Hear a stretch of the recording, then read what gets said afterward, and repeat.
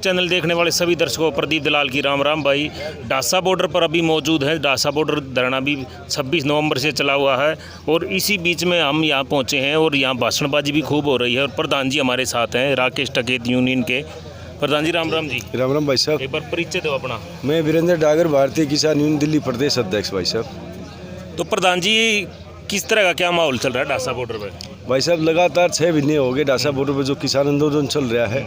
जगह जगह पूरी तरफ दिल्ली घेरी हुई है और चल तो यही रहा। अभी 6 महीने हुई में समय लगेगा, अभी साल 2 साल और लगेगा। अभी बैठे हैं किसान, क्या जल्दी है सरकार को? जब उसका जलसा आएगा बात कर लेना। तब तक बैठे रहोगे? बिल्कुल बैठे, जब तक बिल वापस नहीं, घर वापसी नहीं है। मतलब बिल वापसी नहीं तो घर वापसी नहीं है। डासा बॉर्डर पे भी आप जो देख रहे हो, यहाँ काफ़ी संख्या में हमारे किसान भाई बैठे, माताएं बहनें जो यहाँ आकर सहयोग करती है। खाप पंचायत जो गुड़िया खाप के नेतृत्व में ये डासा बॉर्डर जो चल रहा है, और तो डासा बॉर्डर पे भी यूं ही बैठने का काम करेंगे। जो हमारा सिविक मोर्चा जो भी ऐलान करेगा, हम उस पर फूल चढ़ाने का काम करेंगे। धन्यवाद प्रधान जी। राम राम जी। राम राम जी। आप अपना परिचय तो बताओ एक बार। मैं दलजीत सिंह, एक साधारण किसान। तो आप किसानी से तो जुड़े हो। सरकार तो अभी पीछे भी काफ़ी हल्ला छोड़ा कि 2-2 हज़ार रुपये इतना बड़ा हमने किसानों के लिए कर दिया। किस नज़रिए से देखते हो? देखिए जी, हमारे पैसे हैं और हमारा बहुत पैसा बकाया है इस भारत सरकार के ऊपर। ये 2-2 हज़ार रुपये की दिखावा कर रहे हैं, नहीं तो हमारा तो लाखों करोड़ रुपया इस पे पेंडिंग है।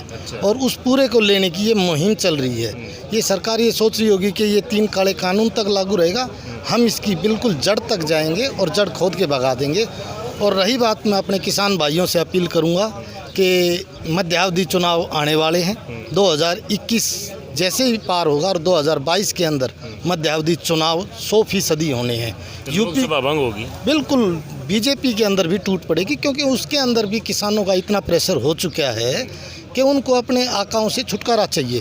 क्योंकि मोदी और शाह ये 2 तो नौकर हैं अंबानी और अडानी के, लेकिन जो लीडर बीजेपी के अंदर भी ग्रास रूट से निकले हुए हैं, उनका कहीं ना कहीं दबाव है और वो 100% बीजेपी से अलग हो जाएंगे। लेकिन हम अपने किसान भाइयों से चाहेंगे कि यूपी चुनाव से पहले मुस्लिम और हिंदुओं का ये दंगा करवाएंगे, जातियों में दंगा करवाएंगे। उस दिन कृपया करके ये अपनी कौम, किसान कौम से बदली ना हो, कहीं वोटिंग करते समय ये हिंदू मुसलमान या और जातियों में ना बट जाए। आपको क्यों लग रहा है ऐसा कराएं? इनकी नीति यही है। आज़ादी से पहले से आप उठा के देख लीजिए, इनका रिकॉर्ड क्या है। इन्होंने कभी भी स्वतंत्र राष्ट्र की कल्पना ही नहीं करी थी। ये तो हमेशा अंग्रेज़ों के पिट्ठू थे। इनके जो, जिसको ये वीर सावरकर कहते थे, उन्होंने लिखित में प्रनोट दे रखा है गवर्नमेंट को, अंग्रेज सरकार को, कि वो कभी भी अंग्रेज़ों के खिलाफ़ नहीं बोलेंगे और अंग्रेज़ों की मुखबरी करेंगे।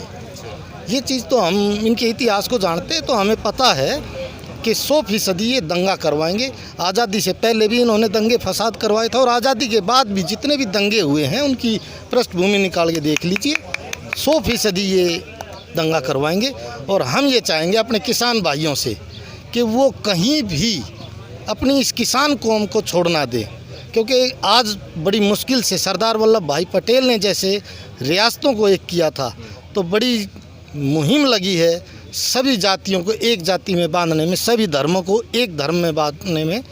एक धर्म में लेके आए हैं हम, और वो है सिर्फ किसानी का धर्म। तो वोटिंग के समय भी वो सिर्फ किसानी का धर्म रखें, क्योंकि मध्यावधि चुनाव 100% होंगे। ना सिर्फ किसान, हमारी जवानों से बात होती है प्रतिदिन, और जवान भी अंदरूनी तौर पे बिल्कुल हमारा समर्थन कर रहे हैं। धन्यवाद जी। राम राम दो। राम राम भाई। नाम दो? दयानंद मेरा नाम है भाई। बेरी गांव बैठन पन्ना और रोहतक जिला कमेटी का प्रधान हूँ। तो प्रधान जी, ये बताइए कि सरकार बोल रही है कि 10 मुट्ठी भर किसान, बस 10% किसान बैठे हैं, तो 90% किधर गए? जी 90% हमारी जेब में है। अच्छा। और जब हम चाहते हैं जब निकाल लेते हैं। कभी कोई प्रोग्राम करके दिखाएगा तो हम दिखा देंगे हम ये कई आदमी है, कई आदमियों के साथ कई आदमी है। जिस तरह हिसार में दिखाया था। हिसार में दिखाया था। वैसे हम थोड़ा सा वो भी रखते हैं बीमारी के, उसमें ज़्यादा बढ़ावा नहीं दे रहे, नहीं तो हमारे पास भीड़ कुछ दिन बाद में फिर देख लियो बिना मुद्दा भी बढ़ जाएगी। बढ़ जाएगी, ये राम हमारी गारंटी है। ठीक है, तो मैं करेक्शन करना चाहूँगा जी हाँ जी बोलिए। कि हमारी जेब में नहीं है, हम उनके नुमाइंदे हैं और वो हमारी ताकत है। अच्छा, और उन्होंने बिल्कुल रोटेशन सिस्टम बना रखा है भीड़ के लिए, क्योंकि ये सरकार कहीं ना कहीं कोरोना के लिए और ये भय दिखा रही है और उस पर कानून बना रही है, तो हमने रोटेशन सिस्टम के तहत संख्या कम रखी है। तो कभी तो बोलते हैं बड़ी जो नेशनल मीडिया है कि भीड़ कम हो गई, कभी बोलते हैं भीड़ बढ़ा दी गई है, चल क्या रहा है ये?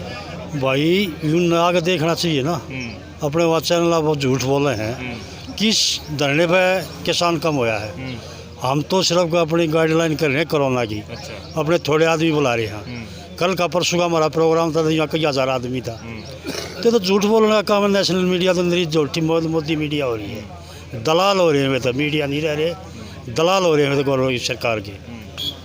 लेकिन आरोप तो किसानों पे लगाया जा रहा है ना कि किसान कोरोना फैला रहे हैं। आप कोरोना कहाँ फैला रहे? किसान ने तो एक भी किसान के ये आ गए कर दो कि भाई किसान का कोरोना था। Tikri border, Ghazipur border, Singhu border, Dasa border, एक किसान का ये बताया तो कोरोना होया था। कोरोना दिन कॉलोनियों में हो रहा है, वहाँ पे मर रहे हैं लोग, अस्पताल में लोग मर रहे हैं। कोई भी एक भी आदमी किसी धरने पर नहीं मरा है।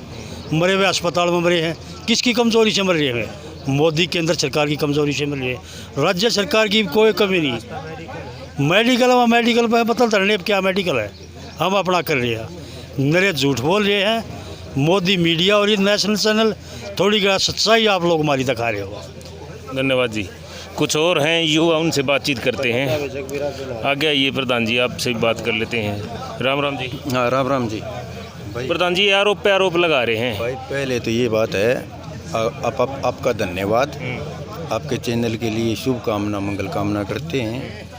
और फिर आपने कहा आरोप लगा रहे हैं, तो आरोप तो भाई इनका लगाने का काम है। आरोपों का और अफवाहों का एक सर्टिफाइड संसार है जो कि सच्चाई और ज़मीनी हकीकत के बराबर चलती है, और उनसे भी ज़्यादा काम करते हैं। पर ये आरोप अफवाह तो बाद में दम तोड़े हैं, सच्चाई वहाँ खड़ी रह जाती है। तो यो इनका काम है, इनकी प्रैक्टिस है, इनके तजर्बे हैं। ये आरोप तो फैलाते रहते हैं, लेकिन ये तो पेट की बात है, ग्रामीण समाज की बात है, छत्तीस बिरादरी की बात है, सर्वधर्म की बात है। फिर कितने दिन बैठे रहोगे ऐसे? हम तो कभी तक बैठे रहेंगे? कोई बात हुई है? हम कभी तक बैठे रहेंगे? जब तक हटते थोड़ी गए और कई साल लग जाओ, ये कोई बात हुई? ये तो योद्धाओं की ज़मीन, हम योद्धा हैं। ये दिल्ली है और दिल्ली के बाहर के सारे उत्तर भारतीय योद्धा। शुरुआत हुई थी खालिस्तानी देशद्रोही आतंकवादी आरोप इतने लगते अब आंदोलन में ये आ गया कि कोरोना फैला रहे। वो आपको पहले ही बताया ना, अब भाई आरोपों का एक संसार होता है, ये मास्टरमाइंड आरोपों के। तो आरोप लगाने कभी अफगानिस्तानी बताते हैं, कभी अकाली बताते हैं, कभी पाकिस्तानी बताते हैं, कभी उपद्रवी बताते हैं, कभी आंदोलन का वो तत्व बताते हैं, कभी परजीवी बताते हैं। और आपके नेशनल मीडिया को मैं कहूँगा 26 जनवरी मैं टेलीविज़न बहुत कम नहीं देखता, लेकिन 26 जनवरी को ऐसे देखने को मिला तो वो किसी ने किसान नहीं संबोधित किया, सब उपद्रवी कह रहे थे। अरे दुनिया का सारा पेट भरने लग रहे और फिर तुम हमको उपद्रवी कह रहे हो, हम के करा है भाई ऐसा? तो ये गलत है, अफवाह गलत है, आरोप गलत हैं। अफवाह आरोपों की ज़मीनी सच्चाई नहीं होती, लेकिन लास्ट में सच्चाई जीतती है। सच्चाई छोटी होती है, पड़ी हुई होती है, और आरोप तो तिरते हैं। पूरा इनका एक संसार है। जीत निश्चित है। जीत निश्चित है, और कि वैसे थोड़ी निश्चित है जीत आप लोग? बिल्कुल निश्चित है, दीनबंधु छोटू राम की जीत है। और क्योंकि हरियाणा के अंदर कभी से नाम लिया गया, कहीं तक भी आप जालो, दीनबंधु छोटू राम का दिया हुआ सब कुछ इतिहास है। हमारी जीत आखिर में किसान की होनी है, हमारा कहना यही है।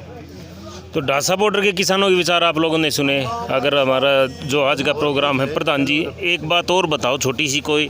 प्रधान जी, हम आपके माध्यम से एक चैनल एक बात बता रहे हैं। बताइए। सिंघू बॉर्डर पर हमारे 2 किसानों का पोस्टमार्टम हुआ है। हाँ जी। पोस्टमार्टम हुआ तो उनका कोरोना नहीं था, कोरोना वाले का पोस्टमार्टम नहीं होता। तो केंद्र सरकार की मोदी मीडिया की ये झूठ है। और भाई का राजवीर कभी तक नहीं, हम तो 22 तक इनको उखाड़ के और अपने घर चले जाएं। 22 तक कोई आखिरी मैसेज बताइए जो हमारे आखिरी छोटा सा। बिल्कुल ये लोग ये ना सोचें कि 2022 से पहले इस सरकार को उखाड़ देंगे। जिंदा कौमें इंतजार नहीं करती हैं, सड़कों पे आके आक्रोश प्रकट करती हैं, और जो अलोकतांत्रिक सरकारें होती हैं उनको उखाड़ फेंकने का काम भी ये जनता ही करती है। ठीक है, धन्यवाद जी। आप आगे आइए। आपसे तो शायद टिकरी बॉर्डर भी मुलाकात हुई थी आपसे। हाँ हाँ। क्या नाम है आपका, परिचय? मैं हेमचंद्र मेहरा, समाज सेवी। और महिलाओं का भी चोट फेंक ये आंदोलन की जीत हार के बारे में बात हो रही है। मैं ये बता देना चाहता हूँ कि ये आंदोलन तो हमने जीत लिया। जवाब दिया था बड़ी मजबूती हाँ। से। वो कैसे मैं बताता इस हूँ। बार सरकार को इलाज भाई, दिया था हिसार के अंदर।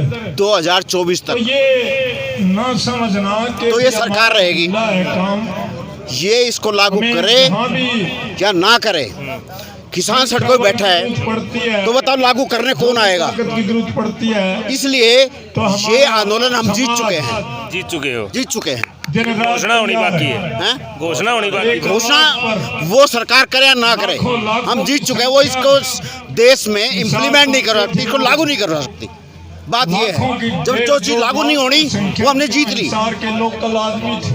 धन्यवाद जी। ओके। तो भाई बोल रहे हैं कि ये जीत हमारी निश्चित है, लेकिन घोषणा होनी बाकी है। डासा बॉर्डर से मैं प्रदीप दलाल, मुसाफिर न्यूज चैनल को सब्सक्राइब कीजिए। धन्यवाद। राम राम। भारत के अंदर किसान आंदोलन चला हुआ है। हर एक जिला के